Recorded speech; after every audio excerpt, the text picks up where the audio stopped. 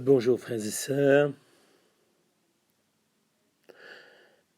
nous voici aujourd'hui confrontés à un texte qui ne manque pas d'actualité. En effet, il s'agit dans l'Évangile de la guérison du fils d'un fonctionnaire royal.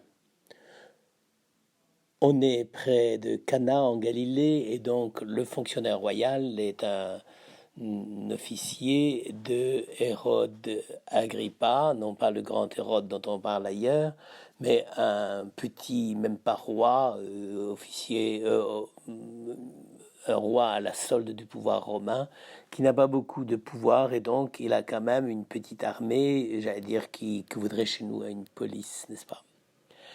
Et cet homme, ce fonctionnaire royal, a un enfant, petit enfant, qui est malade.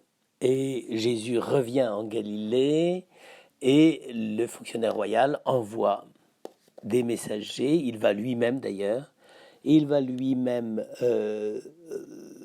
rencontrer Jésus pour le prier de descendre guérir son fils à la maison. Et Jésus lui reproche une certaine incrédulité, ce qui est déjà un peu bizarre parce que après tout, si le fils si cet officier va voir Jésus, c'est que il est précisément préoccupé de demander lui-même à cet homme dont il a dû entendre parler de guérir son fils. Donc le manque de foi semble une sorte de reproche un peu injuste de la part de Jésus, en tout cas sévère. Alors, qu'est-ce qui se passe? D'abord, il faut resituer le récit. Donc, Jean vient de raconter l'histoire de la Samaritaine, mais auparavant, il y a eu les noces à Cana. Donc, noces de Cana, Samaritaine, et à nouveau retour à Cana et guérison du fils de l'officier royal. On est donc dans une sorte d'inclusion de la Samaritaine par deux petits épisodes apparemment moins importants que le dialogue sur le salut universel tel que Jésus le propose à la Samaritaine devant le puits. Mais on est à Cana. Et Cana, premier épisode, c'est les noces de Cana. Deuxième épisode, c'est la rencontre avec le fils du centurion. Dans un premier temps, c'est la vie qui continue à travers le mariage des jeunes gens et qui continue très très bien puisque c'est avec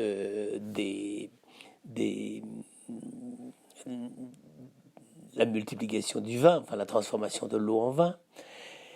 Tandis que le deuxième épisode, c'est un épisode dramatique, c'est la vie qui ne va pas continuer à travers un miracle très spectaculaire comme les noces de Cana, mais un miracle beaucoup plus intime et beaucoup plus profond, celui du fils de l'officier royal.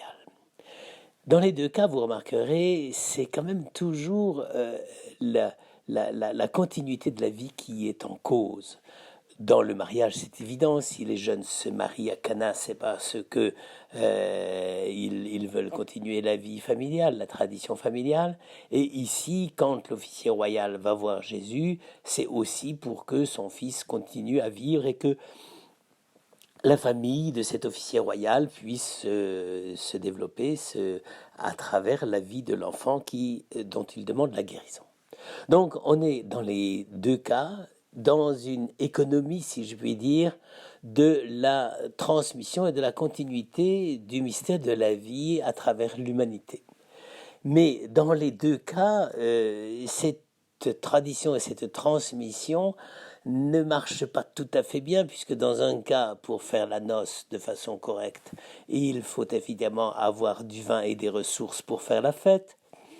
Et dans le deuxième cas, beaucoup plus dramatique, pour que la famille de l'officier royal puisse continuer, il faut aussi que la vie continue à travers l'enfant, qui est sans doute peut-être son enfant unique. Pour l'instant, on n'en sait rien dans le récit, mais en tout cas, dont on sent la vie menacée, et donc l'avenir de la famille est menacé.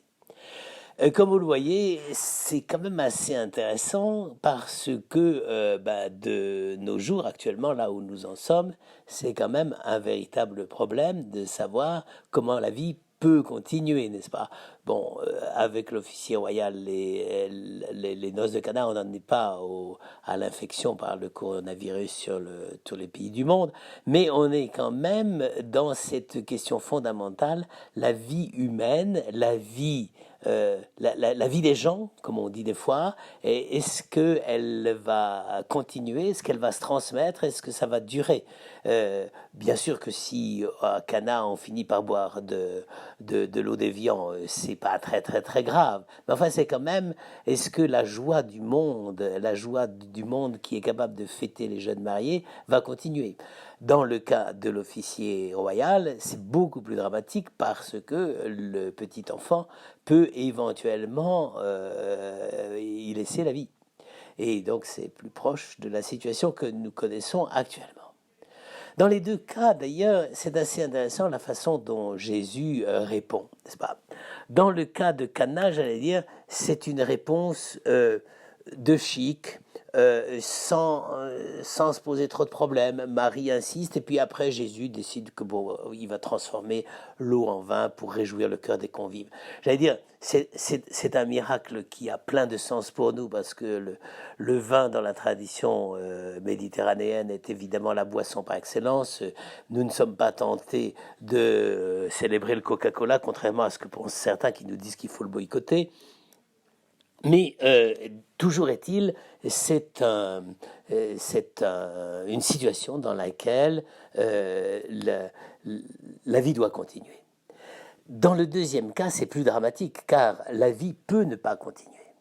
C'est-à-dire le fils du centurion, il va peut-être mourir, et c'est pour ça que le centurion, que le fils de l'officier royal, en réalité, hein, c'est un officier royal, donc c'est pas exactement un soldat romain, hein, c'est un soldat de Hérode Agrippa.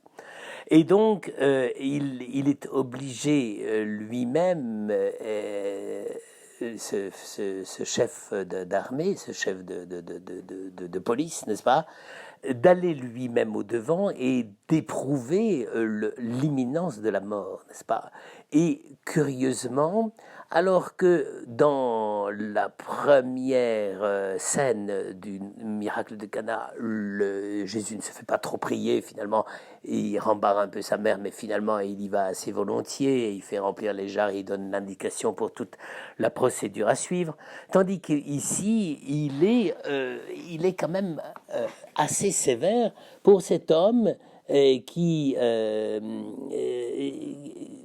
à qui Jésus dit si vous ne voyez signes et prodiges, vous ne croirez pas. Donc, c'est très très sévère de reprocher un manque de foi à quelqu'un qui va perdre son enfant et qui va vers Jésus et qui lui demande de faire quelque chose, et Jésus qui, j'allais dire, n'est pas d'une amabilité, il reçoit la demande avec une certaine distance. Alors, ici, Jésus renvoie l'homme en lui disant simplement, va, ton fils vit.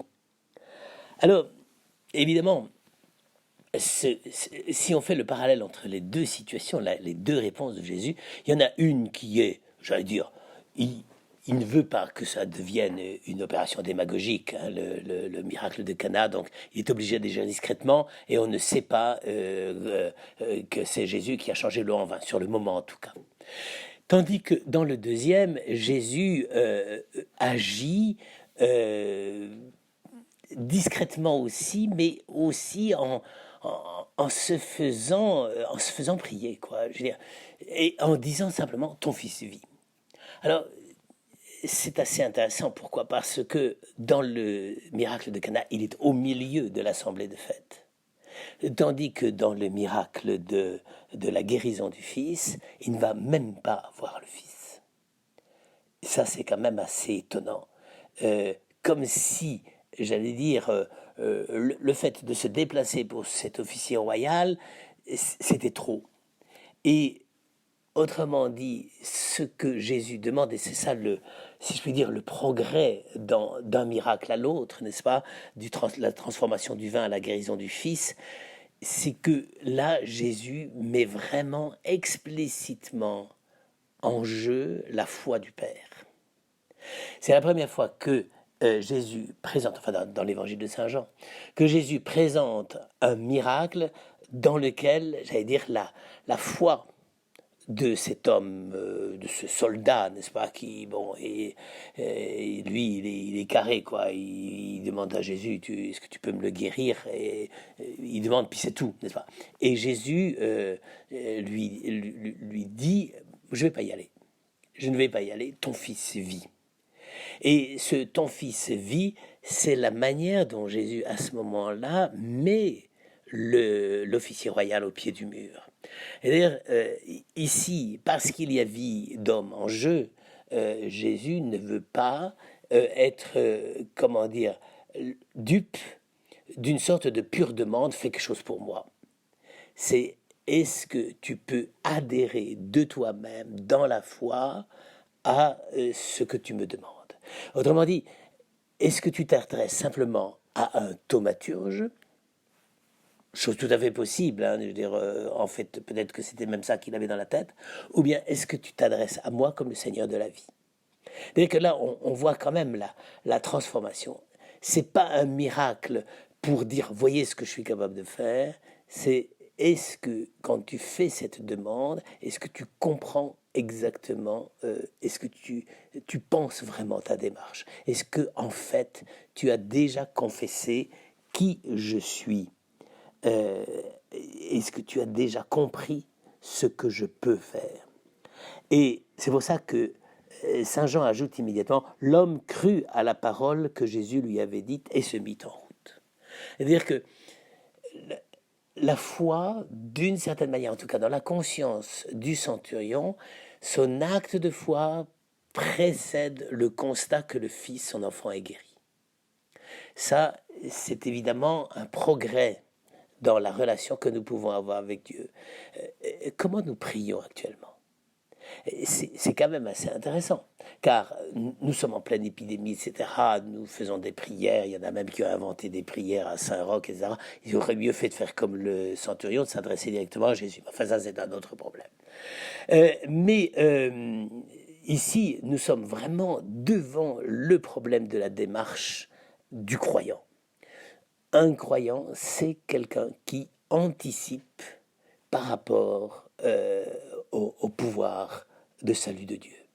Le salut de Dieu, ce n'est pas simplement le résultat de la demande « guéris mon fils qui est malade », c'est l'anticipation de l'adhésion à ce que Dieu peut faire pour lui, ce fils qui est malade. La plupart du temps, nous vivons la foi, et c'est un peu subtil ce que je dis là, mais c'est quand même fondamental. Et Dieu sait que par les temps qui courent, c'est quand même drôlement nécessaire quand on voit toutes les âneries que l'on dit sur ce problème de la prière de demande. La prière de demande n'est pas le pouvoir de formater, nous, les demandeurs, de formater l'action de Dieu. Trop souvent, c'est ça. Et ça, c'est pas bon. Et ça, c'est pas vrai. Vouloir formater l'action de Dieu, c'est vouloir afficher un pouvoir sur Dieu. Et ça, c'est pas bon.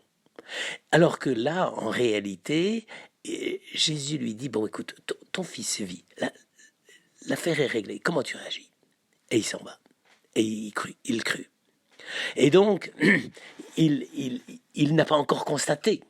Et c'est précisément ça qu'on veut montrer dans l'évangile. C'est pas comme au vin de Cana que l'on constate en le goûtant qu'il est meilleur que celui qu'on a servi au début. Et c'est pas un miracle avec les services de Lourdes, qui d'ailleurs a fermé, entre parenthèses, j'allais dire, Lourdes ne résiste pas au corona. Mais c'est vraiment le fait que quand l'homme demande quelque chose, Jésus lui dit, est-ce que tu arrives à comprendre que j'ai anticipé la demande de ton cœur? Mais ça, je crois que c'est quelque chose de très très important et qu'on ferait bien de mesurer avec rigueur, parce que les contemporains de Jésus étaient plus subtils que nous sur ce sujet-là. Nous, aujourd'hui, on fait de Jésus l'automate des guérisons. Hein, et Dieu sait qu'actuellement, si on regarde un certain nombre de sites, on est assez sceptique sur tout ça, n'est-ce pas? Enfin, le comportement de certains chrétiens ou de certaines autorités chrétiennes. Le problème n'est pas là. Le problème, est-ce que Dieu, au cœur même de la détresse dans laquelle on est ici, la détresse du père qui voit son fils qui risque de mourir, est-ce qu'au cœur même de cela, nous sommes capables d'accepter que Dieu anticipe, non pas notre demande telle que nous voulons la lui imposer, mais que Dieu anticipe à partir de la demande que nous lui formulons. Et à partir de ce moment-là, les miracles sont la véritable manifestation de la toute-puissance de Dieu. Et c'est ça la différence. C'est que si pour nous, la toute-puissance de Dieu, c'est simplement de répondre à ce qu'on veut, eh bien l'Église est une collection minable d'enfants gâtés. Et ça, c'est très mauvais. C'est pas vrai. C'est pas ce que le Christ a voulu. Mais si nous acceptons de demander à Dieu en disant de toute façon, je te le demande, mais j'adhère à ce que tu veux faire à travers le geste de la guérison, comme tu voudras, selon un certain nombre de modalités que peut-être je ne comprendrai pas, etc. À ce moment-là, nous ne faisons plus de Dieu une sorte de moyen de manipulation de notre propre foi ou de la foi des autres. Ça, évidemment, c'est assez difficile. Ça demande une véritable audace, un véritable courage, et une véritable humilité. C'est pas le cas de tout le monde.